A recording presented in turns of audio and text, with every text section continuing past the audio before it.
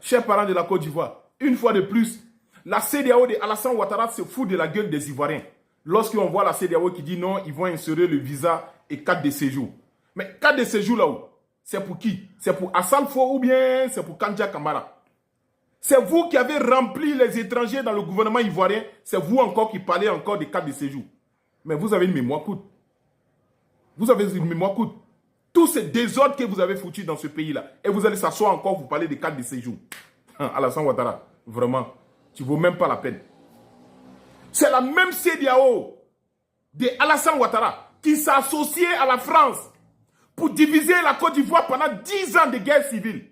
Cette CEDEAO qui s'est associée à la France pour mettre l'embargo des médicaments sur les Ivoiriens pendant 10 ans parce qu'ils étaient déterminés d'installer un négro qu'on appelle Alassane Ouattara à la tête de nos beaux pays, la Côte d'Ivoire. On nous a imposé Alassane Ouattara sur toutes les formes.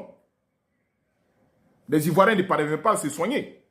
Pas mal de nos frères, de nos petits frères, de nos enfants, de nos mamans, de nos grands-parents, ils ont perdu la vie dans les hôpitaux. Défaut des médicaments, à cause de ce même Alassane Ouattara, par la complicité de la CEDEAO. On a organisé des sommets partout là, en Afrique de l'Ouest, dans la CEDEAO. Ça n'a servi à rien. Laurent Gbagbo était contraire de prendre un décret présidentiel 100% pour que la Côte d'Ivoire soit délivrée du chantage de la CEDEAO.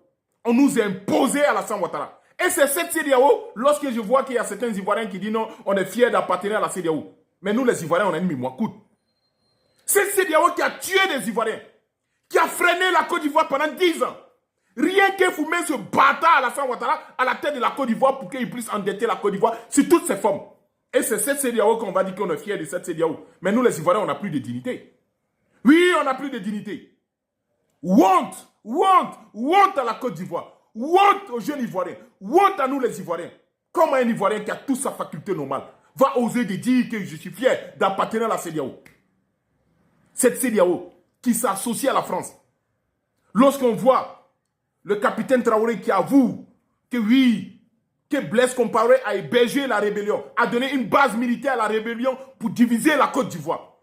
Au nom de la CEDEAO, au nom de la CEDEAO, cette CEDEAO qui est dictée par la France, qui sent de la corruption et de l'injustice par la France. Et c'est cette CEDEAO que vous voulez que le Mali, le Burkina Faso, le Niger vont rester. Mais ils ne sont pas bêtes, ils ne vont pas rester dans cette CEDEAO. Ils ne sont pas idiots. Ils savent où ils vont aller. Ils savent. Aujourd'hui, lorsqu'on voit la CEDEAO qui nous a imposé, on nous a imposé la CEDEAO.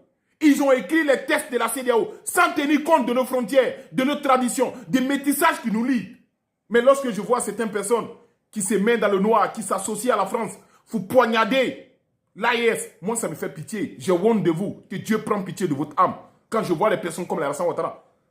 Voilà une organisation 100% africaine. L'AES.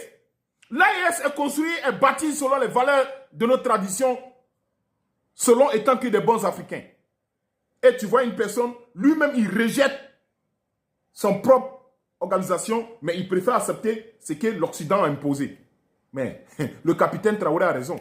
Des bâtards comme les Alassane Ouattara, ce sont les esclaves du salon de l'Élysée. Ça, il faut le dire. Il faut le dire.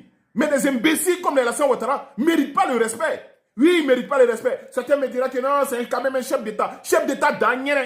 Qu'est-ce a fait de toi un chef d'État? C'est le peuple. Si le peuple ne peut pas te parler, donc tu sers à quoi alors?